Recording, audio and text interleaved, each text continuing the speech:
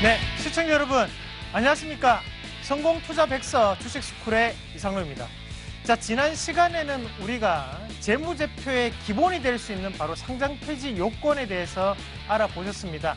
자, 오늘이 이런 상장 폐지에 대한 요건들, 바로 관리 종목이 많이들 지정됐던 날이기도 하고요.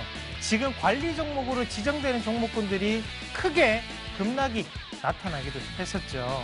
자, 여러분들 이 방송을 놓치지 않고 보셨다면 그런 종목은 다 피하셨다고 저는 확신히 말씀을 드릴 수가 있겠습니다. 자, 그만큼 재무제표를 보는 이유는 가장 기본을 지키자는 의미와 마찬가지라는 거죠.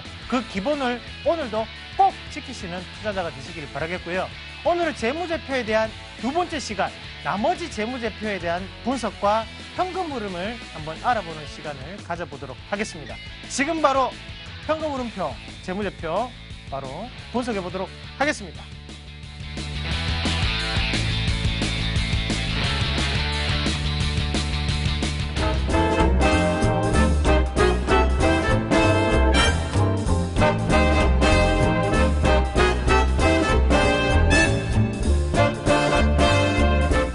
네, 자, 오늘은 본격적으로 바로 재무제표에 대한 분석과 현금 흐름표를 함께 알아보는 시간을 가져보도록 하겠습니다. 자, 지난 시간에 우리가 간단하게 상장 폐지에 대한 부분을 피할 수 있는 방법을 알아보셨는데요. 오늘도 기존에 알고 있던 내용뿐만이 아니라 여러분들이 주식시장에서는 알 수 없었던 부분, 숨겨진 2인치까지도 함께 그렇게 알아보는 시간을 한번 가져보도록 하겠습니다. 자, 그러면 재무제표부터 한번 보면서 이 기업이 어떤 기업인지 한번 평가를 한번 해보도록 하겠습니다. 화면 한번 같이 보도록 하겠습니다. 자, 화면 한번 같이 보시면 바로 매출액, 영업이익 뭐 쭉 나오죠. 우리가 흔히들 볼 수 있는 재무제표라고 보시면 되겠죠. 자, 그러면 여기에서 바로 매출액은 뭘 뜻하냐? 이 회사가 팔아서 모든 거를 얼마만큼의 돈을 벌어냈느냐라는 것을 뜻하는 부분이라는 거죠. 이 회사가 자 1분기, 2분기, 3분기, 4분기가 있겠고요. 오른쪽에는요. 그 왼쪽에는 바로 연간에 대한 보고서가 있습니다. 그러면 1년 동안 일을 해서 얼마를 벌었고 아니면 분기당 얼마를 벌었느냐라는 거거든요. 그러면 이 회사가 총 얼마를 벌어냈느냐가 바로 매출액이 된다라고 보시면 되겠죠. 자, 그러면 바로 밑에 있던 영업이익은 뭐냐면 이 회사가 매출을 발생했는데 거기에 판매 관리비를 빼고 그 다음에 남는 경상이익이라고 하죠. 그 현금이 얼마만큼에 대한 부분이 되느냐라는 얘기거든요. 그러면 영업을 하고 난 다음에 일을 해서 냈던 이익이 얼마만큼 되느냐라는 얘기고, 그러면 이 영업이익은요, 바로 매출액에서 판매 관리비를 제외한 나머지를 우리가 영업이익이라고 합니다. 영업이익에서 하단에 있는 당기 순이익은 말 그대로 순이익, 영업을 해서 번 돈이 영업이익이라면 여기에서 법인세를 차감시킨 뒤에 나머지에 대한 부분 자체를 우리가 당기 순이익이라고 한다는 거죠. 자, 그러면 실질적으로 우리가 영업이익과 당기 순이익 뭐가 중요합니까? 라고 물어보시는 분들이 많으십니다. 그러면 결국에는 일회성 비용 자체는 어디에 포함될 확률이 높나요? 거의 대부분이 판매 관리비를 제외한 일회성 비용은 바로 이 영업이익과 당기순이익 사이에 포함될 확률이 상당히 높거든요. 그럼 결국에는 당기순이익도 물론 중요하지만 실질적으로 영업을 해서 얼마만큼을 내느냐, 이 경상이익이라고 하는 영업이익이 더욱더 중요하다는 부분을 우리가 항상 체크를 하면서 보시는 게 맞겠죠. 자, 그리고 한 가지 더 말씀을 드리면 여기에 매출액과 영업이익이 있는데요.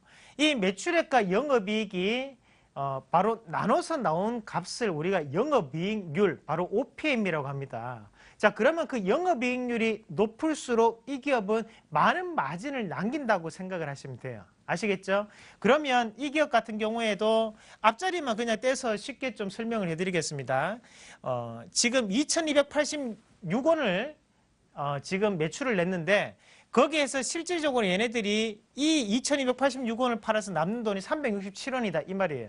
자, 영업이익률 10%라고 하는 것은 어떤 뜻이냐면 내가 10,000원짜리를 팔았는데 거기에 1,000원이 남았다. 이러면 영업이익률 10%라는 얘기예요. 그럼 영업이익은 1,000원이 되고 매출은 10,000원이 되겠죠. 아시겠죠? 내가 5만 원짜리를 팔았는데 6천 원이 남았다면 매출액은 5만 원이고 영업이익은 6천 원입니다. 거기에 영업이익률은 12% 정도가 잡히겠죠. 그렇게 계산을 하시면 되겠습니다. 자, 그러면 이어서 밑에 부분 자산 총계도 말씀을 좀 드릴 텐데요. 우리가 농담 삼아 이런 말씀을 많이 하죠. 결국에는 빚도 내 자산이다. 이런 말을 많이 하는데 무슨 말이냐면 결국에는 부채도 곧 자기 자신의 자산이거든요. 자산이라고 하면 부채와 자본을 합친 것을 우리가 자산이라고 합니다. 그러면 일반적인 생활에서 예를 들어 보면 우리가 집을 대부분 대출을 끼워서 삽니다. 그러면 그 집에 해당하는 부분이 다 나의 자산으로 잡혀서 오류보험 체계가 잡히거든요. 말 그대로 내가 빚을 지고 집을 사지만 그것도 내 자산이 되듯이 자산이라고 하면 자본과 부채를 더한 값을 우리가 자산 총계라고 한다. 이렇게 생각을 하시면 될 것 같아요. 그러면 재무제표로 계속 이어서 보도록 하겠습니다.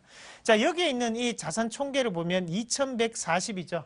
그럼 결국에는 이 640과 1500을 더한 가격이 바로 2140이 된다는 거. 그러면 부채 더하기 자본이 바로 자산이었다는 걸 기억을 하시면 좋겠고, 자본금은 지난 시간에 했죠. 그래서 요거는 좀 생략을 하도록 하겠습니다.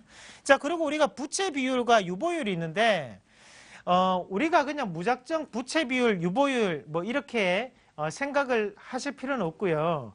제가 거기에 대한 이제 기준만 좀 잡아드리면 부채 비율이 우량한 종목이라고 하면 부채 비율이 200%를 넘지 아니하고 유보율이 300%를 넘는 기업을 우리가 우량한 기업이라고 합니다.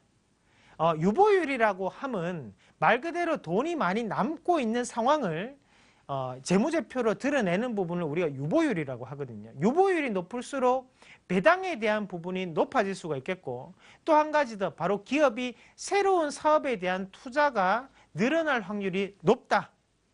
대체적으로 그렇다. 이렇게 좀 생각을 하시면 좋겠어요. 그래서 기준이 되는 부분은 유보율은 300%, 그리고 부채 비율은 200% 이렇게 기준을 가지고 보시면 좋을 것 같습니다. 물론 부채 비율은 낮을수록 좋겠죠.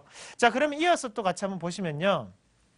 영업이익률 나오죠. 이 기업은 지금 16%, 12%, 그리고 올해 같은 경우에도 꾸준히 13%, 15% 이렇게 내고 있는 기업이기 때문에 상당히 많은 돈을 지금 남기고 있는 기업이에요, 사실. 우리가 실질적인 제조업 같은 경우에 이런 영업이익률 자체가 얼마 정도 나오냐면 3%에서 6% 정도 나옵니다. 우리가 6%가 나오더라도 많이 남기는 데라고 얘기를 하거든요.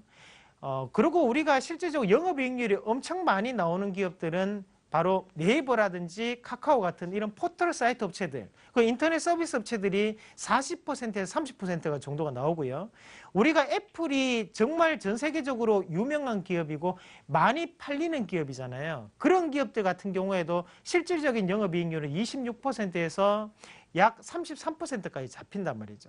이런 부분을 봤을 때 영업이익률이 높을수록 이 기업이 마진이 많이 남기 때문에 주가상에 긍정적으로 비춰질 확률이 상당히 높아질 수 있다라고 우리가 판단을 할 수가 있다는 거죠. 그러면 우량한 기업이라고 하면 이런 영업이익률 자체가 10% 이상이 나와주는 기업 중에서 고르면 좀 더 우량한 기업을 고를 확률이 상당히 높다라는 의견을 드리겠고요. 이런 겁니다. 삼성전자와 LG전자의 가장 큰 차이는 결국에는 이 영업이익률에 대한 승부거든요. LG전자는 3%에서 2%대가 나오는 거고 삼성전자 같은 경우에는 17%에서 20% 정도가 나오는 거겠죠. 그러면 우리가 기업에 대한 마인드로 투자를 할 때는 삼성전자가 좀 더 유망한 그리고 우량주가 될 수 있다는 부분도 영업이익률이 상당히 중요한 참고 자료가 될 수 있다는 걸 기억을 하시길 바라겠습니다. 자, 이어서 한번 또 같이 보도록 하겠습니다. 자, 이제 밑에 우리가 흔히 얘기하는 ROA나 ROE, 그 EPS 이런 것들이 나오는데요. 사실 이런 부분이 이제 주당 가치, 그리고 뭐 주당 순이익, 뭐 이런 부분 말이 있죠. 하지만 이런 부분까지도 우리가 다들 신경 쓰기에는 여러분들의 시간이 너무나 부족합니다. 그래서 이런 부분 자체는 그냥 플러스가 나 있으면 긍정적이라고 할 수 있다라는 부분만 알고 가시는 게 맞겠고요. 이런 부분은 이제 책에서도 볼 수 있으니까 우리 이 시간에는 과감하게 생략을 하고 넘어가도록 하겠습니다. 자, 그리고 밑에 이제 PR에 대한 부분인데요. PER을 여러분들이 오해를 많이들 하십니다.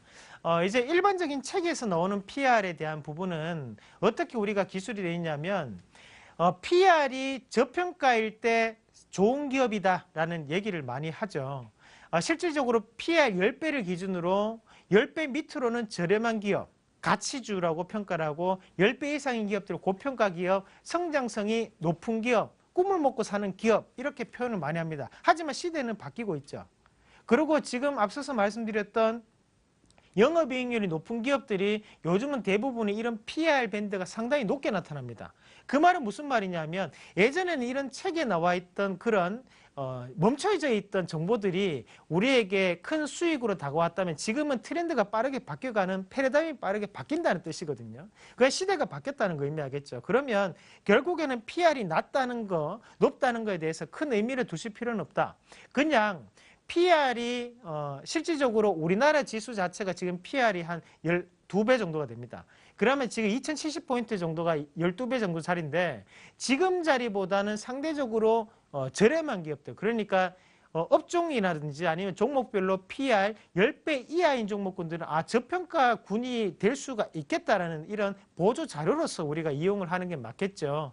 그래서 그런 PER 기준 자체가 빠르게 성장하는 기업들은 어쩔 수 없이 PER 밴드가 상당히 높게 분포할 수밖에 없고 우리가 천천히 좀 더 속도를 더디게 가는 제조업 같은 기업들이나 아니면 좀 더 가치적인 부분 이런 소비주들 같은 경우에는 PER 밴드가 상당히 낮게 책정되어 있다는 것을 여러분들이 참고를 하셔서 굳이 꼭 우리가 PER이 모든 종목군의 기준이 될 수는 없다는 것을 좀 더 기억을 하시고 보시면 좋겠습니다. 자, 그럼 다음 또 한번 이어서 보시면요. 자, 이런 부분이 이제 그냥 쉽게 여러분들이 넘어가는 부분 중에 한 개가 될 수가 있는데요.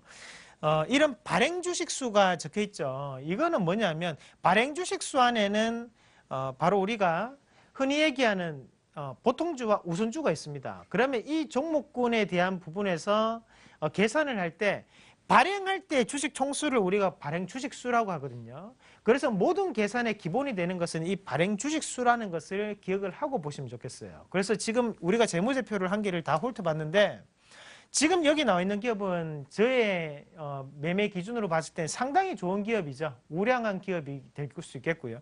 그중에서 우리가 좀 더 시간이 없을 때 간략하게 빨리 보면서 넘어갈 수 있는 기업, 그런 기업들의 이제 요 재무제표에 대한 부분을 한번 찍어드리면 영업이익, 그리고 거기에 유보율, 영업이익률 이 세 개도 보기 힘들다. 그러면 영업이익률만 중점적으로 좀 보시는 전략, 그렇게 말씀을 드리겠습니다. 영업이익률이 요즘은 가장 중요합니다. 아시겠죠? 마진에 대한 추이기 때문에 그 부분은 꼭 체크하면서 보시길 바라겠습니다. 자, 다음 그림 한번 같이 보도록 하겠습니다. 자, 다음 그림 또 재무제표가 또다시 나왔는데요. 숫자만 보면 헷갈려 하시는 분들이 많습니다. 그러면 앞서서 말씀드렸던 기준만을 보고 이 기업이 우량한 기업이 될 수가 있는지 아니면 나쁜 기업이 될 수가 있는지 우리가 한번 판단을 실전으로 한번 응용해 보도록 하겠습니다. 자, 이 기업 같은 경우에도 지금 꾸준히 지금 성장을 하고 있는 과정이고요. 앞서서 말씀드렸던 바로 영업이익률만 딱 보면 지금 3에서 4% 정도가 나타나거든요. 이런 기업들 같은 경우에는 주가상의 큰 변화가 나타나기가 힘든 기업들이에요. 꾸준한 영업이익률이 나타나고 있기 때문에 마진이 많이 안 남는다는 얘기는 주가상의 변화 흐름도 크게 나타나기는 힘들다. 결국에는 주가가 크게 급변하기 위해서는 영업이익률에 큰 변화가 발생해야 되는데 지금 3에서 4%라고 하면 제조업일 확률이 상당히 높고 이런 기업들 같은 경우에는 큰 변화보다는 꾸준하게 안정된 성장을 보일 확률이 높은 기업, 이렇게 좀 더 판단하는 게 맞을 것 같아요. 아시겠죠? 이 영업이익률만 보더라도 우리가 그런 판단을 할 수 있다는 거, 그 부분을 좀 더 보시길 바라겠고요. 하단에 있는 PER도 한 번만 더 볼까요? PER 한번 같이 보시면, 자, 지금 이 PER이요. 자, 지금 78배, 작년까지 78배였는데요. 올해 같은 경우는 아직까지 나오지는 않고 있죠. 하지만 26배, 78배 이렇게 잡히는 것은 매출액에 대비해서 지금 영업이익이 상당히 낮게 나타나고 있기 때문에 이런 추이가 나타나는 겁니다. 그래서 이 PER에 대한 부분이 기준이 될 수 없기 때문에 그거는 우리가 그냥 이런 보조 자료로서 이용하고 있다라는 부분만 참고를 하시길 바라겠습니다. 자, 그러면 여기에서 우리가 봐야 되는 게 영업이익이 만약에 마이너스라면 이 PR은 어떻게 표시가 될까요? 네, 표시가 되지 않습니다. 아시겠죠? 자, 그럼 다음 그림도 한번 이어서 보도록 하겠습니다. 네, 바로 현금 흐름표에 대해서 말씀을 드릴 텐데요. 자, 지금까지 이런 재무제표 같은 경우에 여러분들이 주로 많이들 보셨고 많은 이해를 하셨을 거예요. 하지만 재무제표 이게 상당히 중요합니다. 제가 만약에 선생님이라면 여러분들한테 이 재무제표 중에서 현금 흐름표는 별표 5개 그거만큼 중요하다는 거 꼭 기억을 하시고요. 재무제표에 대한 간략한 소개고요. 거기 안에서 이 3가지로 나뉠 수가 있는데 바로 영업활동 현금 흐름, 그리고 투자활동 현금 흐름, 재무활동 현금 흐름 이 3가지로 나뉠 수가 있습니다. 그러면 이 부분 자체가 뜻하는 부분이 뭐냐면 자, 다음 그림 한번 같이 보면서 설명을 좀 드릴게요. 영업활동 현금 흐름은 말 그대로 내가 직접 영업을 했을 때 이 회사가 남는 돈을 뜻하는 거예요. 그러면 플러스가 좋겠습니까? 마이너스가 좋겠습니까? 내가 영업활동을 해가지고 버는 돈이 플러스가 당연히 돼야겠죠. 그러면 플러스가 좋은 거다고 판단을 하고 계시면 돼요. 아시겠죠? 그러면 거기 밑에 있는 투자활동 현금 흐름은 뭐냐면 내가 유가성이라든지 이런 부분에 대해서 투자를 한 상황이 있다. 투자를 했기 때문에 마이너스가 되는 겁니다. 만약에 투자를 안 했다면 플러스가 되겠죠. 그런 남는 돈을 어떻게 활용하느냐에 따라서 플러스와 마이너스가 되는데 우리가 기본적으로 플러스가 되면 투자에 인색한 기업, 마이너스가 되면 지금 열심히 새로운 것을 위해서 투자를 하고 있는 상황 그렇게 판단할 수 있다는 거예요.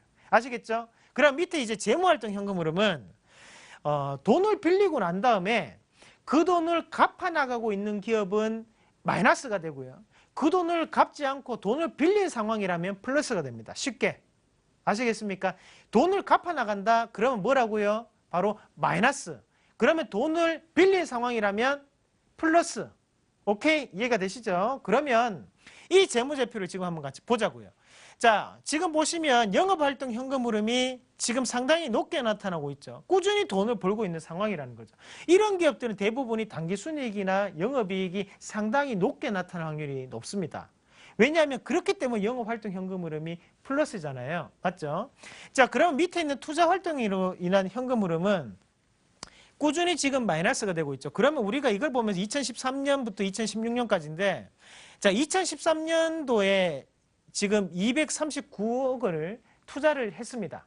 하지만 그 다음 연도에도 마찬가지로 투자를 했었고요. 대신에 2015년도에 투자액이 줄었죠. 그죠? 그리고 지금 3분기까지 다시 한번 166억을 투자를 했다는 얘기예요. 그러면 이 기업은 2013년과 14년에 큰 투자를 해서 2015년도에 어떻습니까? 결산이익 때 큰 이익이 났죠. 말 그대로 이때 투자했던 게 여기에 결실을 맺었다라고 보시는 게 맞겠죠. 그러면 이 투자를 꾸준히 해왔기 때문에 이 결실을 맺고 투자를 조금 줄였다. 이런 얘기를 우리가 재무제표는 그 내용을 얘기하고 있다는 것을 우리가 좀 더 기억을 할 필요가 있고 자, 밑에 있는 이제 재무활동으로 인한 현금 흐름인데 자, 재무활동 말 그대로 지금 여기는 6,670이 적혀 있습니다.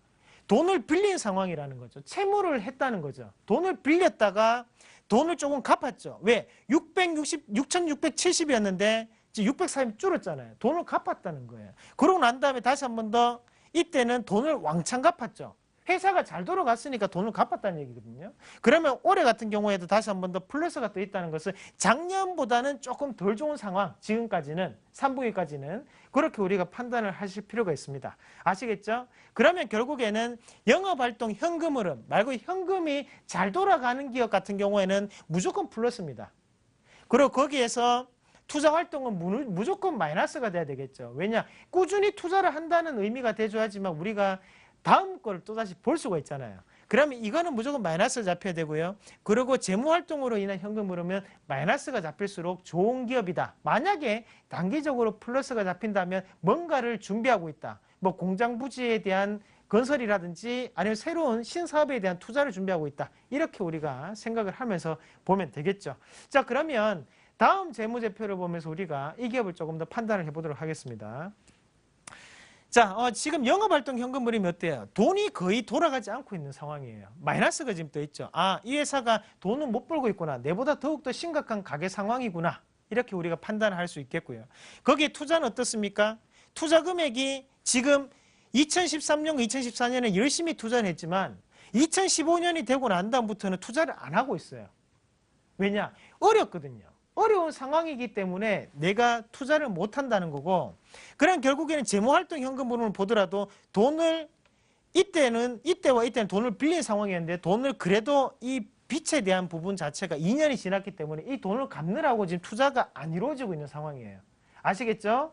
자, 그러면 요 재무제표도 마찬가지로 마이너스가 지금 떠 있거든요. 영업활동 현금 흐름이 일단은 마이너스라는 거는 기업들이 돈을 못 버는 상황이다. 그렇게 먼저 생각을 하시고 보는 게 맞아요.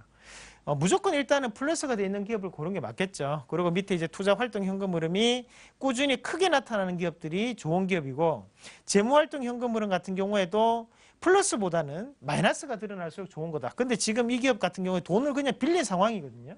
빌린 상황 자체에서 갚아 나가야 되니까 내년에는 좀 더 힘들어질 확률이 상당히 높겠죠. 자, 그러면 요 분류에 대해서 우리가 정리를 하면서 조금 한번 보실 텐데요. 이제 초우량 기업, 뭐 삼성전자 같은 기업들입니다. 요 방송 끝나고 난 다음에 한번 삼성전자에 대한 현금 흐름표를 한번 참고를 한번 해보세요. 자, 영업활동은 무조건 플러스입니다. 그리고 투자활동은 마이너스가 돼야 되고요. 재무활동, 말 그대로 돈은 갚아 나가는 기업을 우리가 초우량 기업이라고 하고, 자, 구조조정이나 아니면 턴어라운드죠. 턴어라운드에 대한 기업들이 이런 기업들이에요.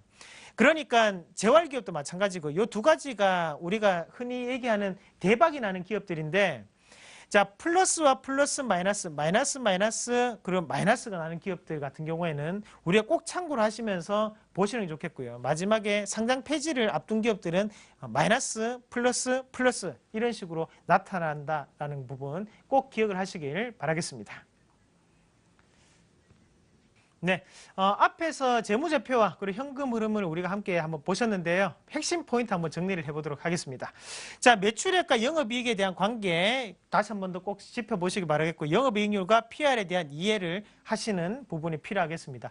자, 그리고 다음 그림 한번 같이 보시면요. 바로 영업활동 현금 흐름, 투자활동 현금 흐름, 재무활동 현금 흐름이 있는데요. 이 부분 자체를 좀 더 기억을 하시면서 여러분들이 다시 한 번 더 이 방송 끝나고 난 다음에 생각해보는 시간을 가졌으면 좋겠습니다.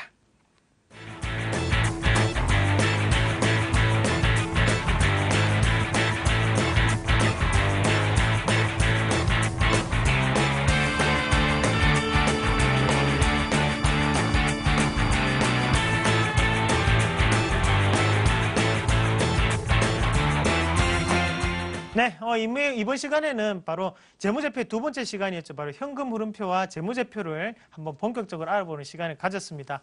자, 이 시간을 통해서 여러분들께 많은 도움을 드리고 있는데 다음 시간에도 기대하셔도 좋습니다. 어떤 내용이냐고요? 바로 증자에 대한 얘기를 말씀을 드릴 텐데요.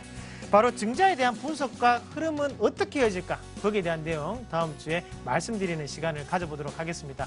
자, 여러분, 주식시장 이번 주도 어떻게 보내셔야 된다고요? 유쾌, 상쾌,